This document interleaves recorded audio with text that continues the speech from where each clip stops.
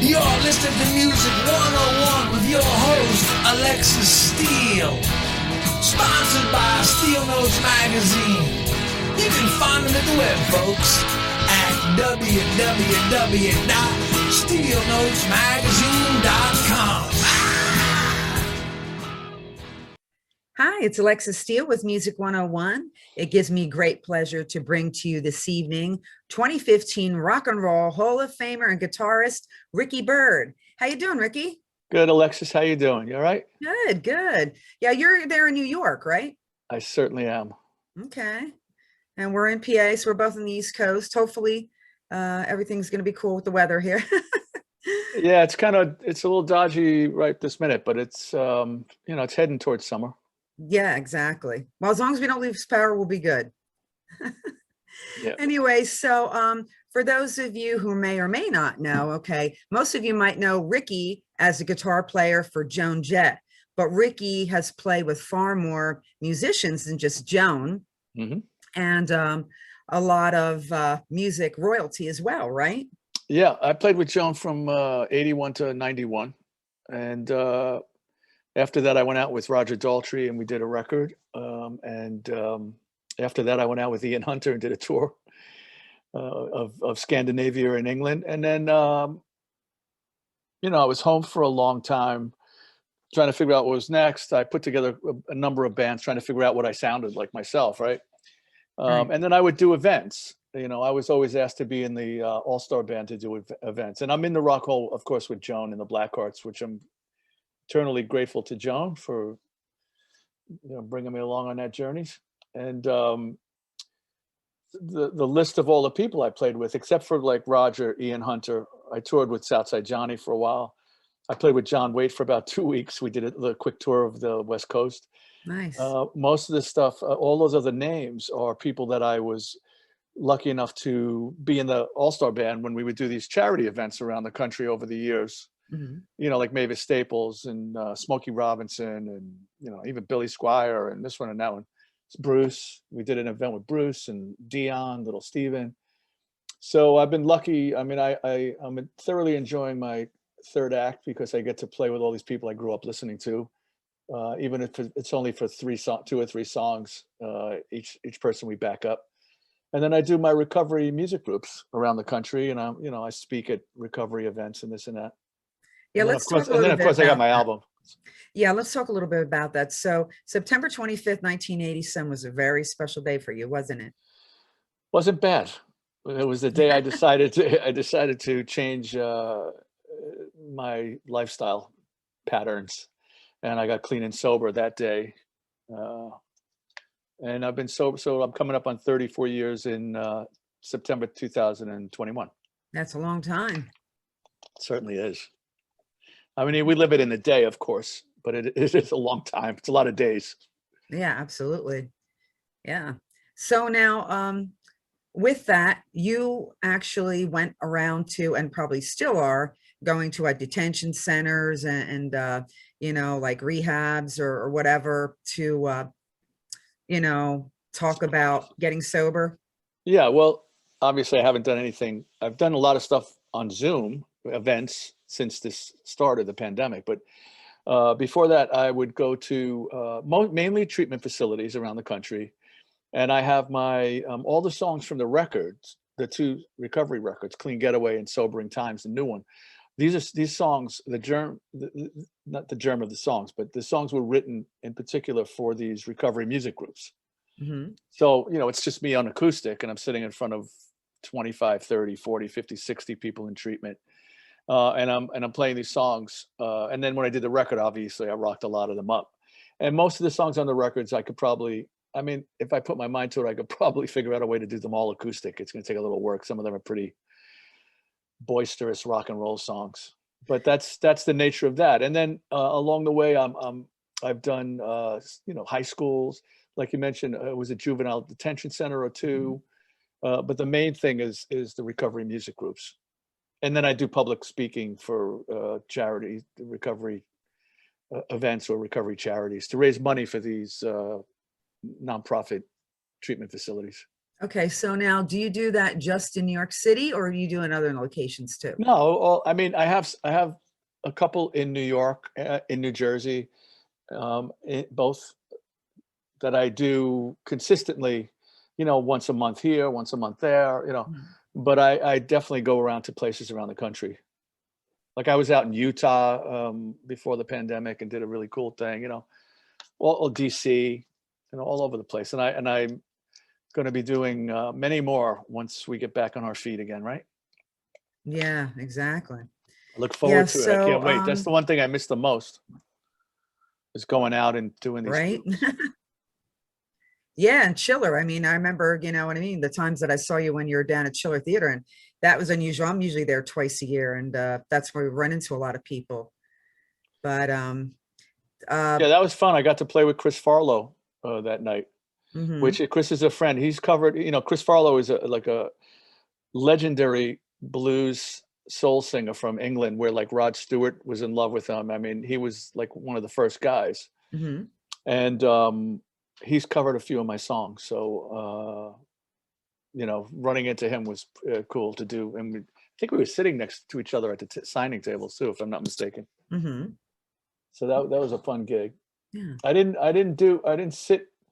It was a weird vibe for me. I didn't sit at my table as long as I should have, because there was so many people that I grew up watching on TV that I wanted to like go talk You to them. went, yeah, right. Like I was hanging out with Max Baird Jr., Jethro from the Beverly Hillbillies. I was like freaking out. I was like, the freaking Jethro. Yeah, right. So I probably should have sat at my table. I signed a ton of stuff, but I probably could have signed a lot more if I would have just sat there. Right. It's always a good time, you know? Oh, I had a ball. Yeah, absolutely. So, with the pandemic, then, it's interesting because actually the name of your CD is called Sobering Times. Yep. But actually, I think that has like a double meaning because I think since the pandemic, it has been sobering times. And that's exactly where the title came from. When I finished the record, I was like, all right, what am I going to call it? So on my phone, in the notes section, I probably had like 60 names, titles. Some of them were like corny. Some of them were used. What you do is you think of a name, then you Google it to see if there's any, it's been used before or how many records it's been on. I mean, sometimes it doesn't matter, but, and I just could not think of a title. And I was actually on the phone with somebody, and literally said, "Man, these are sobering times we're living through," and a light bulb went off. I was like, "Oh, that's the title of the record. Yeah, that's it, and that's the title of the record. It looks good Yeah. on a T-shirt too." Yeah. And for you, it also has a double meaning. So that's even better yet, right? Yeah, and sometimes what leads, I mean, a person has to hit a bottom to sometimes more than one to figure out that they need to change their lifestyle. And usually it's sobering times, on Right. that side of it too, that makes you make that decision or helps you along with that decision. So yeah, you're right. It's a double meaning.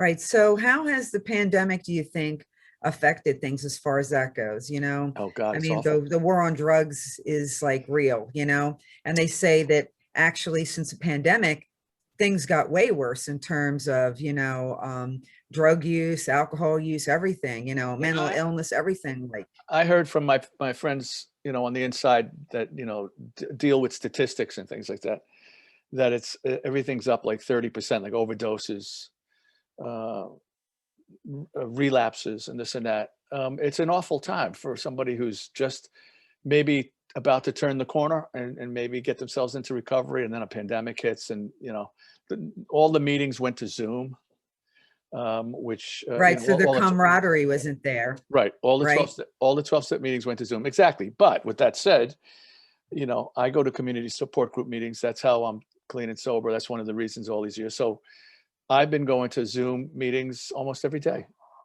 but a lot of people didn't know about them as somebody who's just coming into the rooms. So there's that. And a lot of people that are in recovery obviously had a hard time. I mean, I've been asked, how did I get through this? Like, but I mean, I think, I've heard this kind of flippant remark that I feel like I've been in training for something like this all this time, but it's kind of true because I have a toolbox full of stuff that I've learned over the last 34 years through those community support group meetings and all the stuff I did in recovery of how to deal with fear, trauma, because it was traumatizing. Yeah. Especially in New York, it was crazy in March.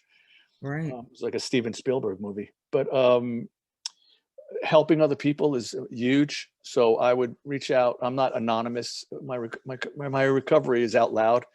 Although I'm anonymous about the specifics of how I do it. If somebody wants to know, they're more than welcome to contact me on social media, PM me and stuff. And I put it on social media. If anybody's struggling, everybody knows because I put these recovery records out. Just, send me a message. Let's chat a little bit about it.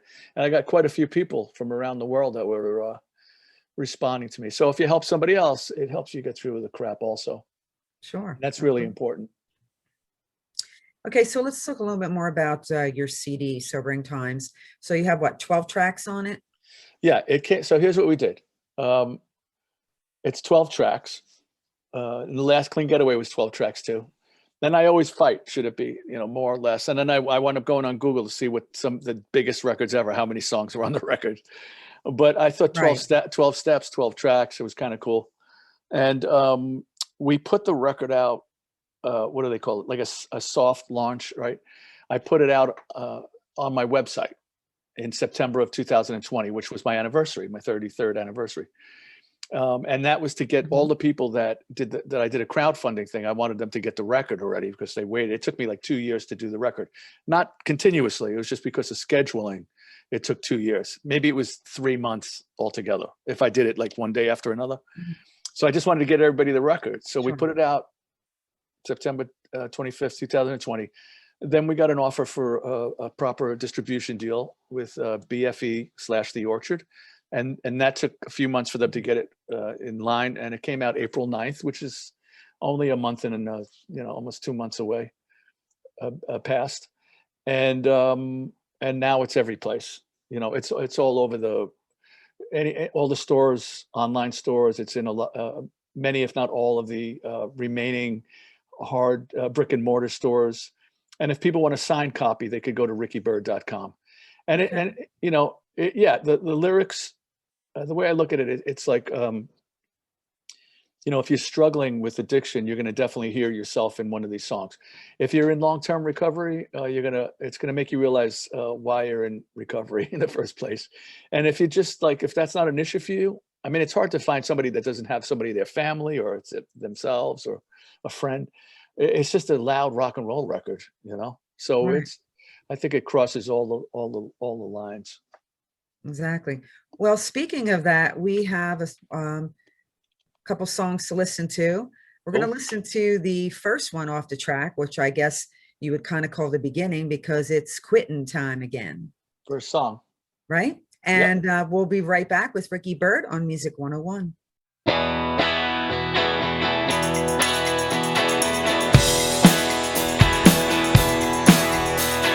It sure would be something to wake up in my bed, knowing what I've done last night and much of what I said. But it's all a little hazy. I can't remember what I'm trying to forget. A whole lot of good reason to stop hasn't stopped me yet. I run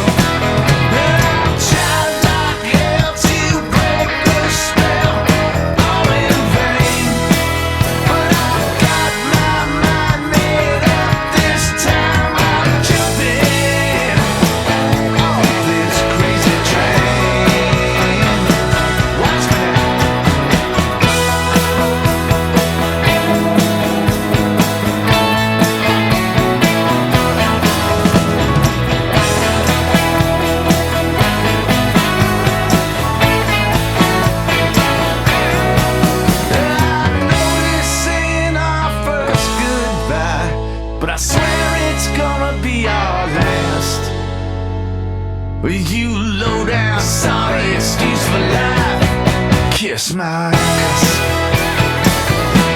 My old friends, my old friends. I'm afraid it might be quitting time again. 'Cause in the end, oh, my old friends, you sure as hell don't treat me right. I'm left alone to face the morning light. I think it's time we parted, my old friends. 'Cause with friends like you, well, my old friends.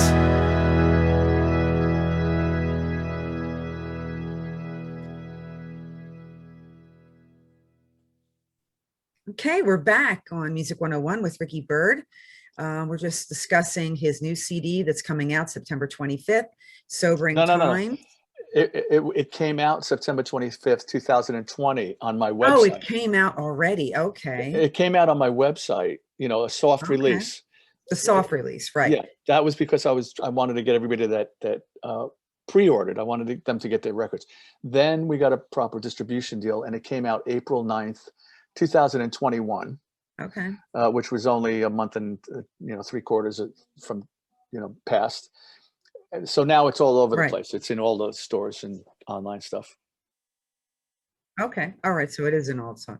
Okay. So tell me about some of the musicians you have. I know I saw that Christine Allman, the Beehive Queen, actually is on some of it. Yeah, I always have my friends. The one thing I did differently from the last record is I wanted to get a couple of my drummer friends to play on it. So, by listening to the songs as I was writing them, I knew who I wanted to play on the songs. Like there's a song called Together, which is a big glam song. So I called Tommy Price. He used to play with me with Joan. I got Liberty DeVito, Billy Joel's longtime drummer. He played on a song called Starlit Night, which was a very musical, cool mid-tempo song. Had Steve Holley played on most of the stuff. Steve Holley played with McCartney and Wings, of course, and with Joe Cocker, and he plays with Ian Hunter in the Rant Band. And my friend Rich Pagano played on Quittin' Time, the first song. So, I just want to do that. Then I had Jeff Kazee, who I met when I played with Southside Johnny, and now, of course, we're good friends, and he plays on everything I do. And Bob Stander, my co-producer, he plays bass on everything, and I play all the guitars. And Jeff and Christine came in and sang backgrounds when I was ready for them on a couple of the songs. I sang a lot of the backgrounds myself. And on some of the stuff, I definitely wanted a different sound. I got those two, Christine and Jeff Kazee. And that's it, try to keep it tight. I like the special guest to be Recovery on these particular records. Right. But I do like to have my friends play on my records because of course I look up to their talent and they're easy to work with and they kind of know what I'm thinking, or I could suggest something, give me a little bit of this or try me, and they know exactly what I want. So Right. now we just cut a video for I Come Back Stronger, which is Okay. one of the tracks on there. And we're just editing the video. So that'll come out soon. Maybe we'll have it done in the next 2 weeks, and then we'll do like a premiere or something on YouTube or That'd be somewhere. good. And, I'm just waiting to be able to go out and play some gigs around this. I don't really have a band, so I'll probably be doing acoustic shows.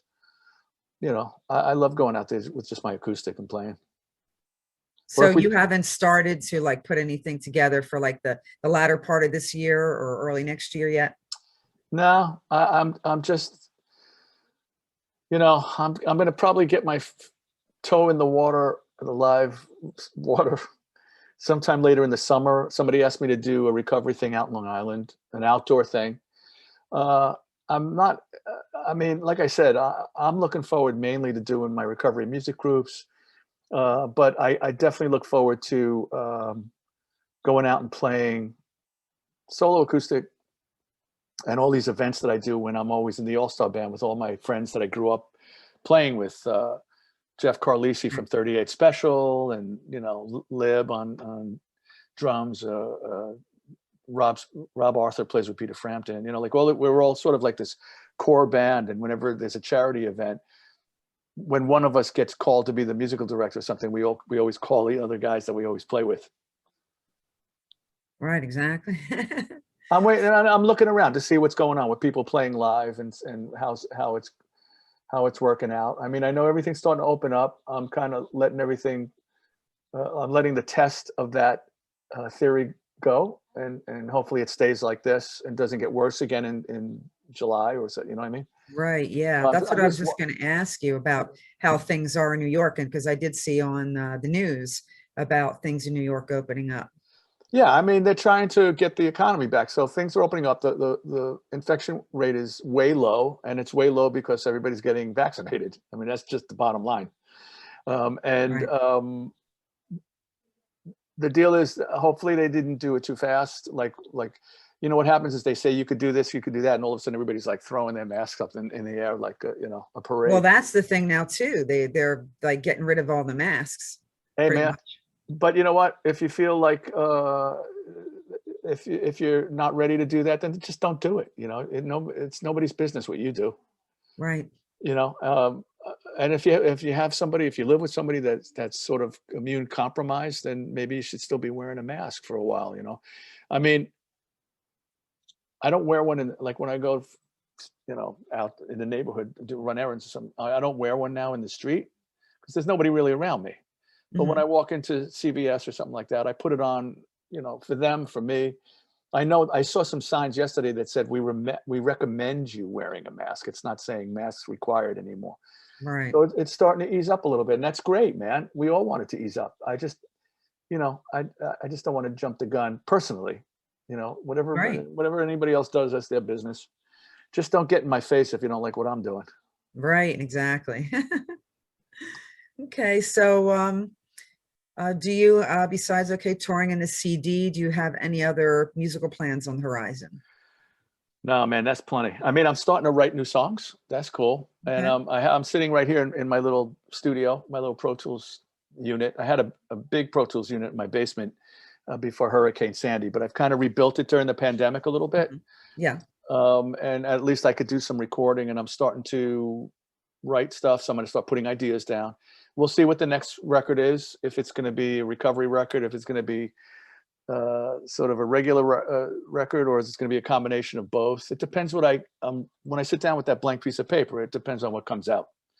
I now have 2 records of music that I could use in any recovery event, what it's small, big, whatever. So I got plenty of songs. And we'll see if something comes out that's dramatically incredible, then I will do that. And I don't try to write anything. I just sit down and see where the pen takes me. Okay. And, I'm looking forward to finishing the video, and we'll see what people think of that.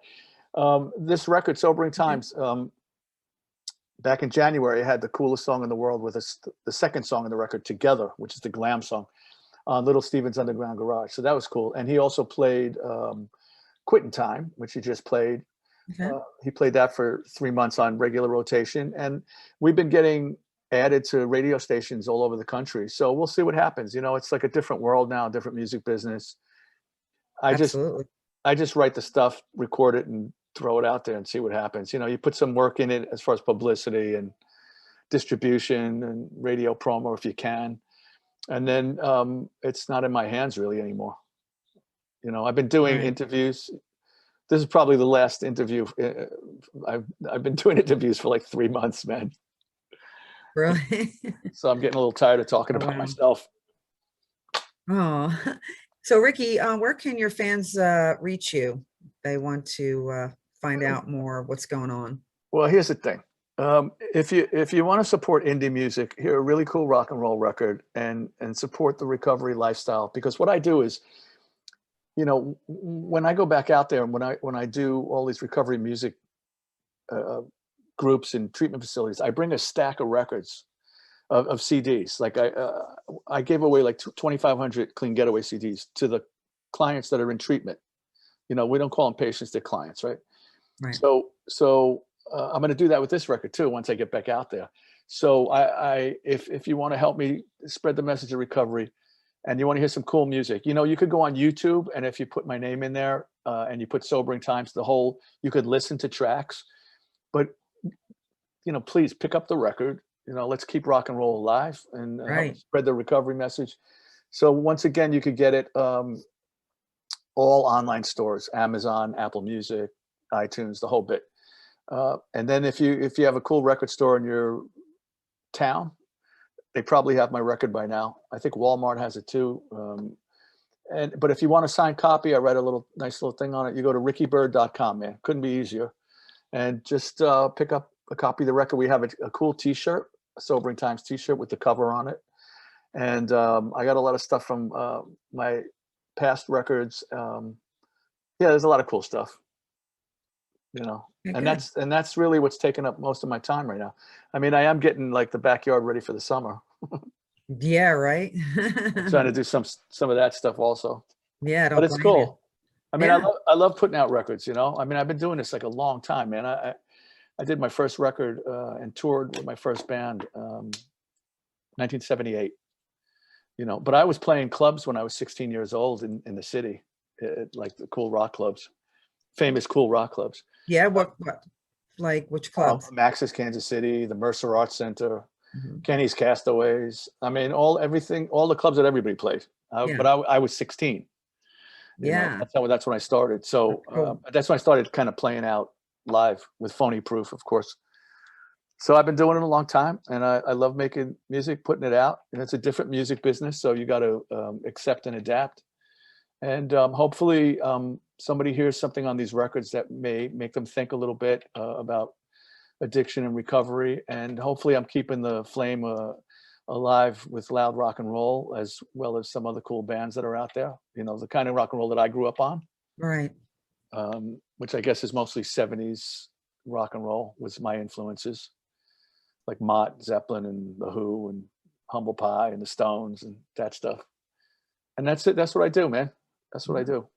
So I would say, just like your song for you, Ricky Byrd, life is good, right? It's not bad. I have no complaints, I mean, I'd like the world to be a little bit more tolerant and happier and non-confrontational. And, we're in a weird spot right now, but it's not the first time we've been in a weird spot, and we'll come through it. We just gotta be helpful. We have to be helpful to each other. Exactly. We got to be kind to each other, and we got to learn to talk to each other instead of talking at each other. Absolutely. Mm-hmm. So that's that. Okay. Well, Ricky, I want to thank you so much for taking time out of your busy schedule. Thank you. Everybody should go check out his new CD, Sobering Times, and be on the lookout for when he gets back out there. Yeah, I can't wait to see everybody again and actually play in front of people instead of in front of a screen. Exactly. Although I'm grateful I had the screen. I think right. Well, we won't be able to do what we're doing marvelous. now. Yeah, I mean, people complain about this, but technology, if we didn't have this, man, we'd all be like curled up in a ball probably. Exactly. All right. Well, Ricky, we're going to leave the listeners with your song, Life is Good. Thank you And very we much. hope to see you soon. I'll do the Ringo. Peace and love, baby.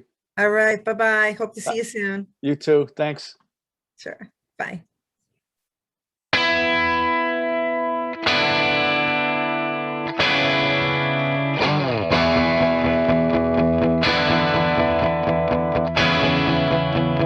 If you've ever wondered, where have I been? I was going under. It was sink or swim. I sent out in this race. Someone threw a line. I was barely treading water. Man, I don't miss those desperate times. I cried out, help me, save me, love me, till I can love myself. 'Cause it's been hell. I was ready for change. Turn the page, show me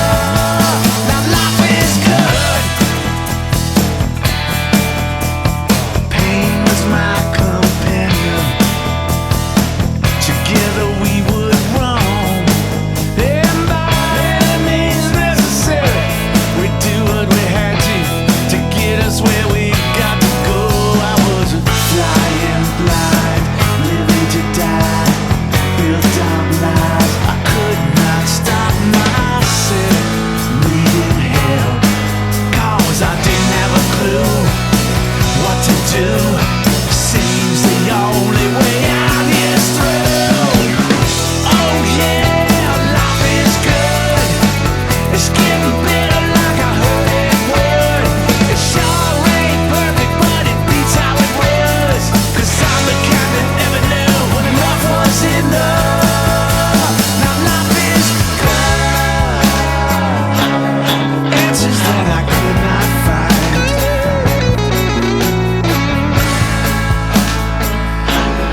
Waiting on the other side.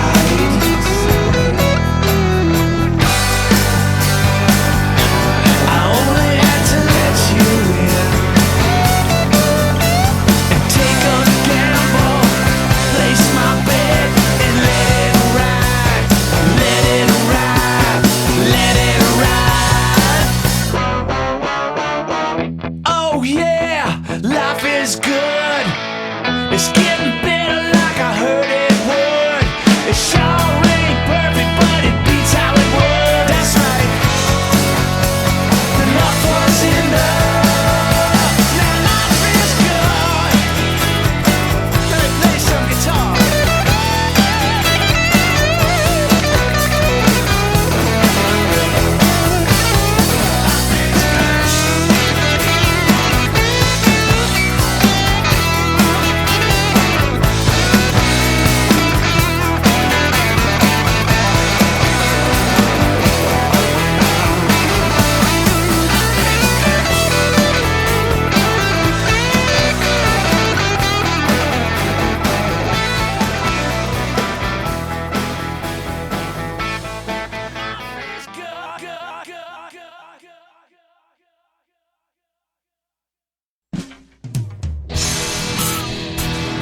You're listening to Music 101 with your host, Alexxis Steele. Sponsored by Steel Notes Magazine. You can find them at the web, folks, at www.steelnotesmagazine.com.